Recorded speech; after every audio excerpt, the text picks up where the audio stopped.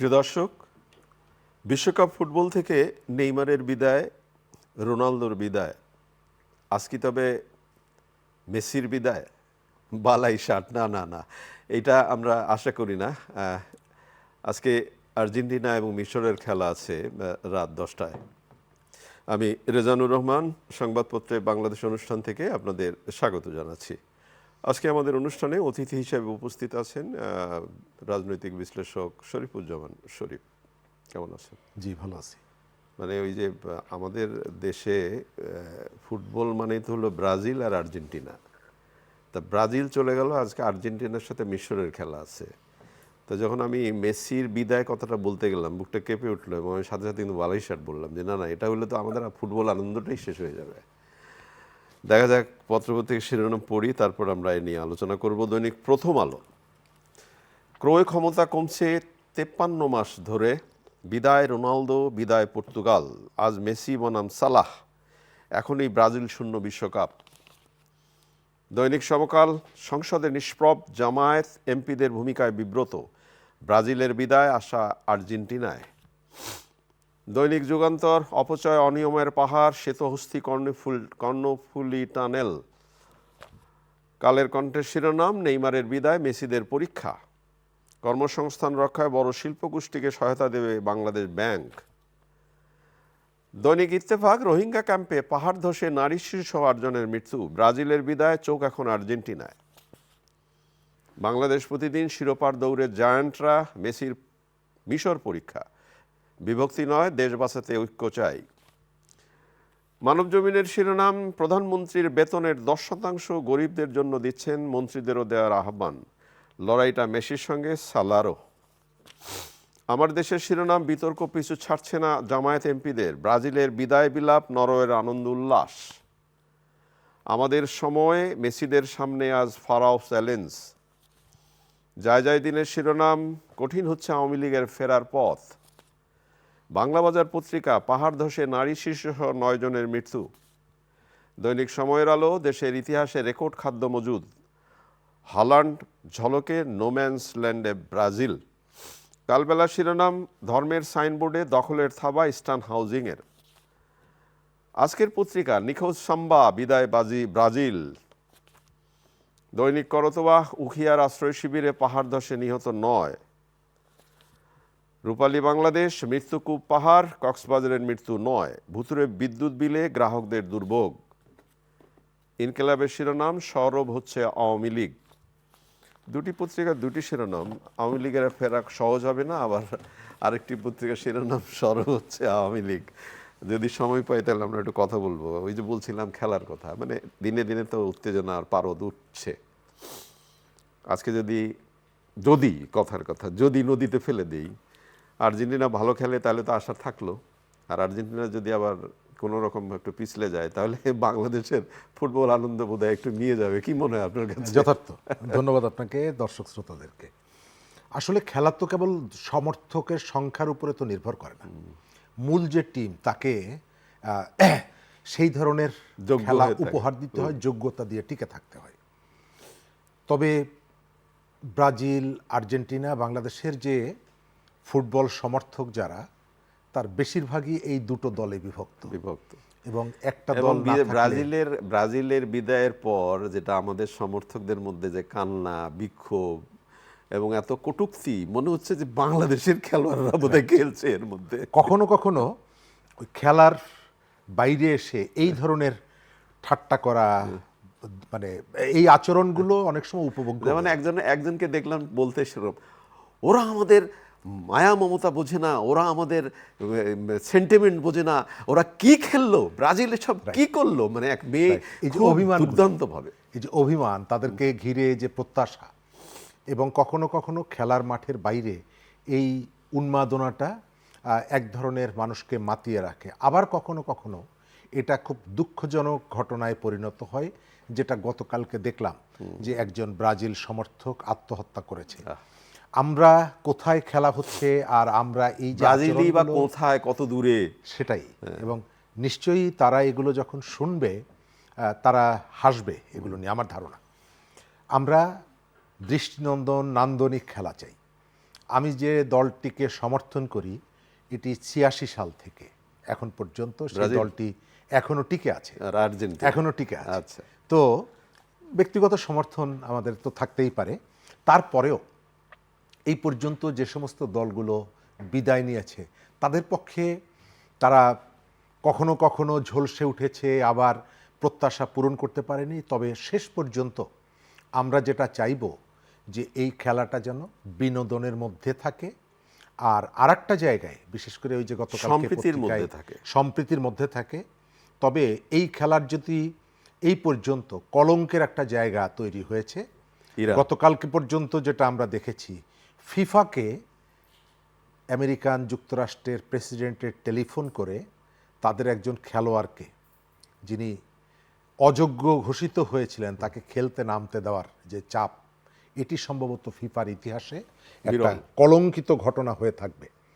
আমরা আমাদের দেশে আমরা চাইব শুধুমাত্র ব্রাজিল এবং আর্জেন্টিনার খেলা না, আমাদের দেশের যে ফুটবলটা আছে সব থেকে জনপ্রিয়, আপনি অনুধাবন করছেন সারা রাত জেগে থাকছে আমাদের দেশের অন্য খেলা দেখার জন্য।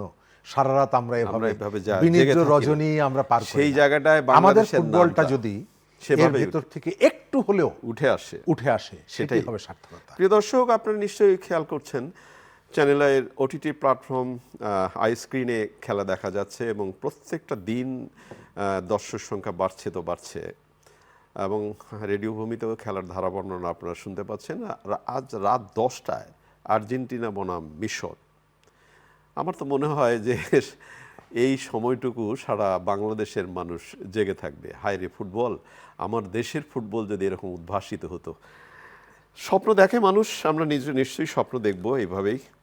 একটু অন্য আলোচনায় যেতে চাই, পত্রপত্রিকার বিশেষ করে দেশের আলোচনায়। দৈনিক প্রথম আলোর শিরোনাম, ক্রয় ক্ষমতা কমছে 53 মাস ধরে। এখানে বলা হচ্ছে যে মূল্যস্ফীতি এখনও 9% বেশি, নিম্ন আয়ের মানুষ চাপে, সরকারি চাকরিজীবীদের নতুন বেতন কাঠামো মূল্যস্ফীতি আরও বাড়াতে পারে। পারে মানে বাড়বে তো। ইতিমধ্যেই অনেক জায়গায় বেড়ে গেছে। আচ্ছা, আমরা সুযোগ খুঁজি এবং সুযোগের অভাবে আমরা অনেক মানুষ সৎ, সুযোগের অভাব। সুযোগের অভাবে আচ্ছা, আমরা যার যতটুকু ক্ষমতা আছে সেই ক্ষমতাটা প্রয়োগ করি।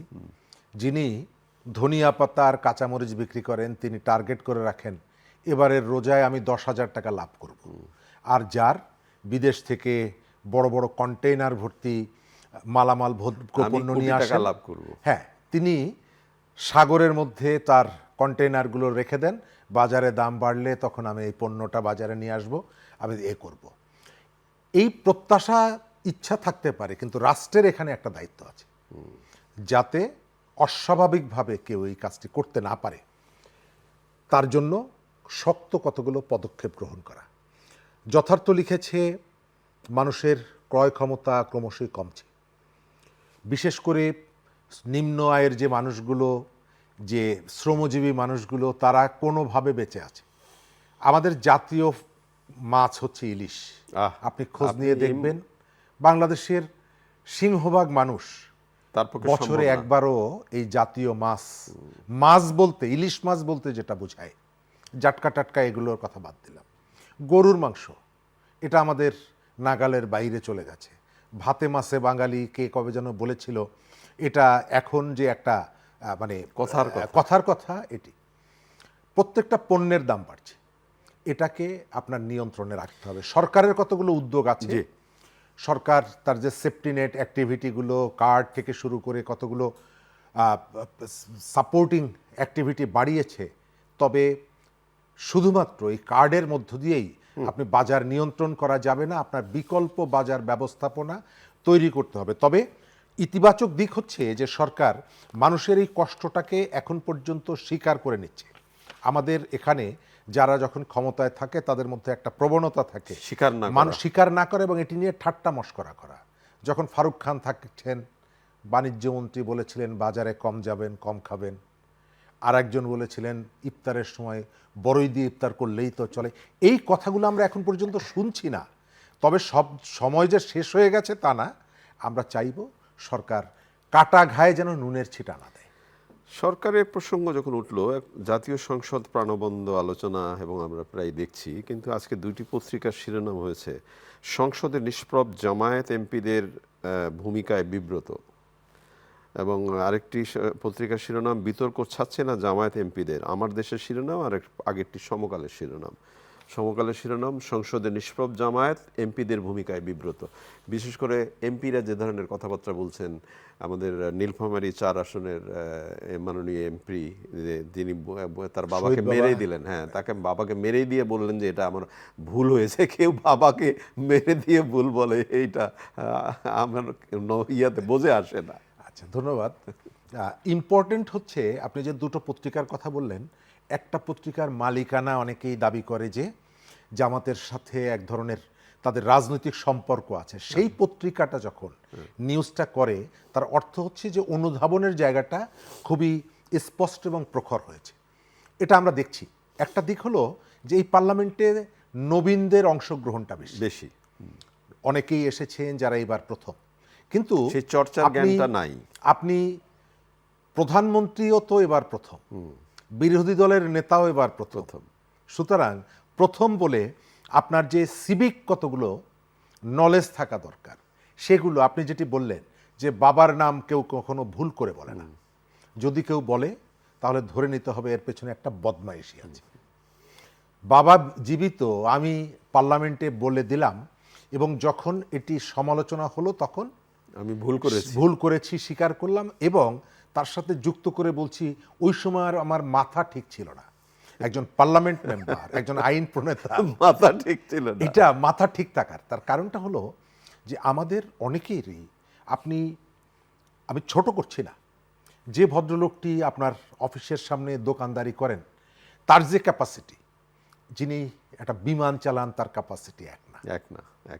দুজনেই মানুষ, কিন্তু সক্ষমতা কিন্তু এক না। আপনি যদি মানুষ বলেই তাকে বিমানে নিয়ে বসিয়ে দেন পাইলটের আসনে, তিনি ওটি চালাতে পারবেন না।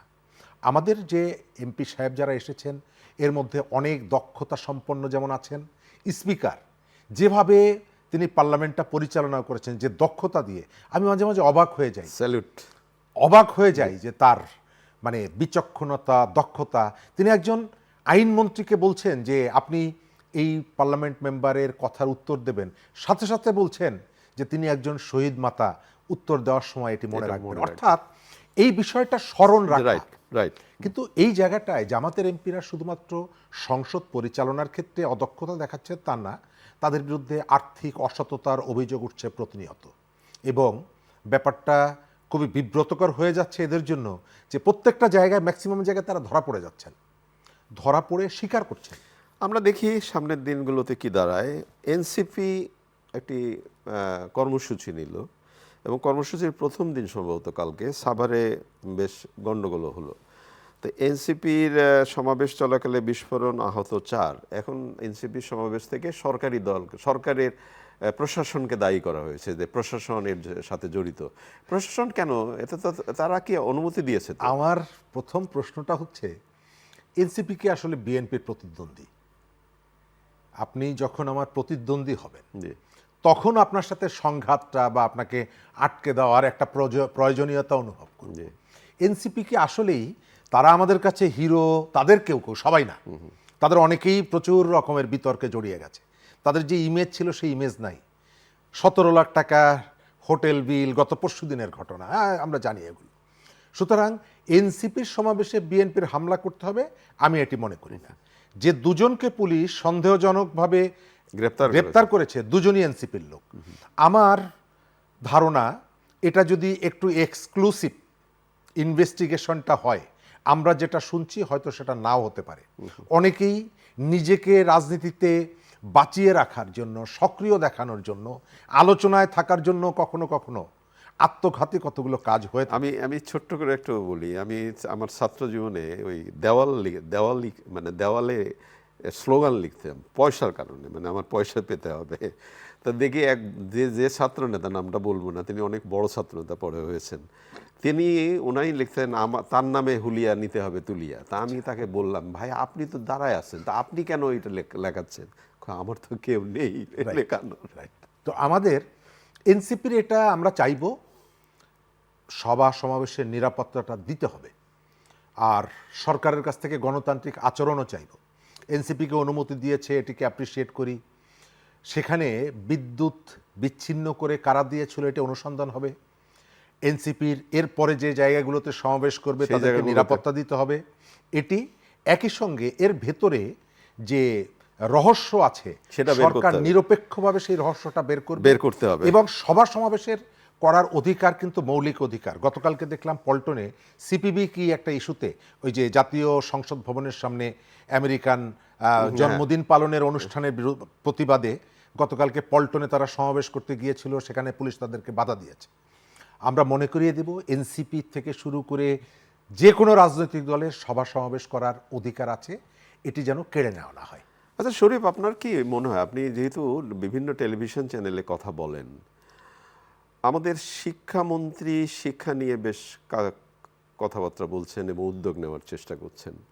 শিক্ষামন্ত্রী শুধু না, আমার যে বয়োজ্যেষ্ঠ যারা আছে, তখন আমাদের যে জেনারেশনটা, সেই জেনারেশনটা বয়স্কদের সঙ্গে কথা বলবার সময় একটা নর্মস আছে, একটা শালীনতা বোধ আছে। আপনি মিলনকে, একজন শিক্ষার্থীকে দেখলাম, মিলন বলছে, মিলন এটা করেছে, মিলন বলেছে এই করেছে, মিলন কি তার চাচাতো ভাই নাকি, মানে এটা কি এটি গতকালকে আমি একটা টেলিভিশনে বলেছি, কারণ এটি বেশ আলোচিত। আমরা একটা নষ্ট প্রজন্ম তৈরি করছি।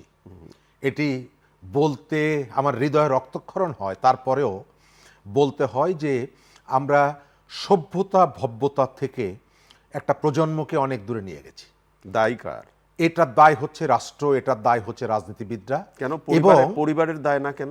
এবং রাষ্ট্র যখন এগুলোকে প্রমোট করে, জি, একটা পরিবারের সঙ্গে একটা সন্তান কতক্ষণ সময় থাকেন, তার সোসাইটি, তার বন্ধুবান্ধব, তার স্কুল, তার প্রতিষ্ঠান, প্রকাশ্যে বন্ধুবান্ধব যে সমস্ত শব্দগুলো উচ্চারণ করতে অস্বস্তি বোধ করে, সেই শব্দ একজন ছাত্রনেতা শাহবাগে মাইকের সামনে দাঁড়িয়ে বলছেন।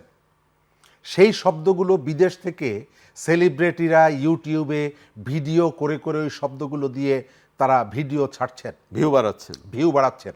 আপনি খুব প্ল্যানফুলি একটা জনগোষ্ঠীকে শেষ করে ফেলার জন্য এই কাজটি করছেন। আপনি পরিবারের দায়িত্বের কথা বলেছেন, অবশ্যই। আমাদের এখানে 4র্থ শ্রেণীর প্রশ্নপত্র ফাঁস হয়েছিল, মনে আছে, ডক্টর দীপুমণি যখন শিক্ষামন্ত্রী। তো এই প্রশ্নপত্রগুলো কিন্তু ক্লাস 4-এর স্টুডেন্টরা গিয়ে কিনে আনেনি, বাবা মারাই কিনে এনে দিয়েছিল। যে বাবা মাকে আমরা বাবা দিবসে বলি আমাদের শ্রেষ্ঠ বাবা, এই শ্রেষ্ঠ বাবাদের সব বাবাই না, কিন্তু আমি এদের কেউ বলছিলাম সেটি আর কি, যে কেউ এই কাজটা করি। তার অর্থ হচ্ছে যে আমাদের সম্মিলিত ব্যর্থতা এটা। একজন ইন্টারমিডিয়েট পরীক্ষা দিয়ে, সেটি যে বয়সেরই হোক না কেন, তিনি মন্ত্রী নাও হন, তিনি একজন সিনিয়র সিটিজেন, তাকে যে সম্মান করা, এই যে পারিবারিক শিক্ষা বলেন, রাষ্ট্রের আচার বলেন, সেটা তো আমরা শিখিনি। এবং আমরা বিশেষ করে গণ অভ্যুত্থানের পর যে আমাদের অধঃপতনটা আরও বেশি হয়েছে, এটি আগে ছিল না আমি এটি বলবো না। আমরা শহীদ মিনারকে আটকে রেখে দেখেছি, অমুকের এটি সেটি, সিপি গ্যাং ইত্যাদি ইত্যাদি দেখেছি। অনলাইনের যে ধরনের মানে আচরণ, সেটি বহুগুণে বেড়ে গেছে। এবং বিশেষ করে নারী এবং কিশোরীরা এই সময়কালে তারা যে ধরনের মানসিক আক্রমণের শিকার হচ্ছেন, সেদিন আমাকে একজন বলছিলেন যে আপনার কথাগুলো শুনি, আপনি অনেকে কথা বলেন, একটা বিষয় একটু নিয়ে আসবেন। মফস্বলে জেলা অথবা থানা শহরে একটা মেয়ে আছে, কিশোরী মেয়ে, তাকে নিয়ে একটা পরিবার যে কি উৎকণ্ঠায় থাকে, যে পরিবারে আছে যে কি উৎকণ্ঠায় থাকে, আপনারা ধারণা করতে পারবেন। অনেক ধন্যবাদ আপনাকে এই আলোচনাগুলো করবার জন্য। এবং যারা দেখছেন, বিশেষ করে পরিবারের উদ্দেশ্যে বলবো, আপনার পরিবার, আপনার সন্তানটি কোথায় যায়, কার সঙ্গে মেশে, তার বন্ধু কারা, সে কী ধরনের শব্দ ব্যবহার করছে, এই দায়টা কিন্তু আপনারও। আপনি শুধু ওই মোবাইল ফোনে বুঁদ হয়ে থাকবেন না। একটু ক্রিকেট নিয়ে আলোচনা করি। এই যে ফুটবলের কারণে আমাদের ক্রিকেট যে জিম্বাবুয়েতে যায় একেবারে ধরাশায়ী হয়ে যাচ্ছে, এই আলোচনাটা পত্রপত্রিকার মধ্যে নাই। ওয়ানডেতে আমরা মোটামুটি একটা ব্যাটা, কিন্তু ওয়ানডেতেও কালকে আমাদের প্রথম খেলায় যেভাবে হেরে গেল বাংলাদেশ, এটা কি কাঙ্ক্ষিত? আমাদের কোনোটাই কাঙ্ক্ষিত না। আমাদের যে সক্ষমতা এসেছে এটা আসলে সাস্টেনেবল না। 2 খেলায় আমরা ভালো করছি, তারপরে এমনভাবে শুয়ে পড়ছি যে আমাদের 2 দিনেও টেনে তোলা যাচ্ছে না। আমাদের ক্রিকেটটা নিয়ে রাজনীতি হয়েছে বেশি। আচ্ছা, এই রাজনীতির অনিবার্য ফলাফলটা এখানে পড়ছে। আমরা খেলাটাকে যদি কিন্তু শরীফ একটা ব্যাপার যেটা হয়, যে দলটি অস্ট্রেলিয়া পাকিস্তানের মতো দলকে দেশের মাটিতে যেভাবে পরাস্ত করে, সেই দলটি বিদেশে যায়, জিম্বাবুয়েতে যায় যেভাবে হারছে, সেইটা কি আসলেই মানে মেনে নেওয়ার মতো? আমি তো সেই কারণেই আপনাকে বললাম যে আমাদের এই যে ম্যানেজমেন্টের জায়গাটা, এখানে আমি যে সক্ষমতা দক্ষতা দেখাচ্ছি বাইরে দেখাতে পারছি না কেন? ওই তো একই খেলোয়াড়, একই টিম, একই টিম মেম্বার, তাহলে পারছি না কেন? পারছি না হলো যে আমাদের কখনো কখনো এটিকে কেবলমাত্র আমার একটা পেশা হিসাবে, এর সাথে মানুষের যে একটা সেন্টিমেন্ট, একটা আবেগ জড়িয়ে আছে। যখন আমাদের খেলোয়াড়রা বাইরে কোথাও গিয়ে ভালো করে, আমরা যেমনিভাবে উদ্বুদ্ধ হই, উজ্জীবিত হই, তারা খারাপ করার পরেও আমরা যেভাবে ভেঙে পড়ি, আমাদের এই ভেঙে পড়াটা কি তারা অনুধাবন করেন?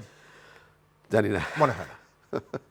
অনেক ধন্যবাদ। প্রিয় দর্শক, আজকে আর্জেন্টিনা বনাম মিশরের খেলা, আগেই বলেছি রাত 10টায় চ্যানেলের ওটিটি প্ল্যাটফর্ম আইস্ক্রিনে খেলা দেখা যায়, এবং নির্বিঘ্নে খেলা দেখতে পারেন আপনারা, এবং রেডিও ভূমিতে খেলার ধারা বর্ণনা শুনতে পারবেন।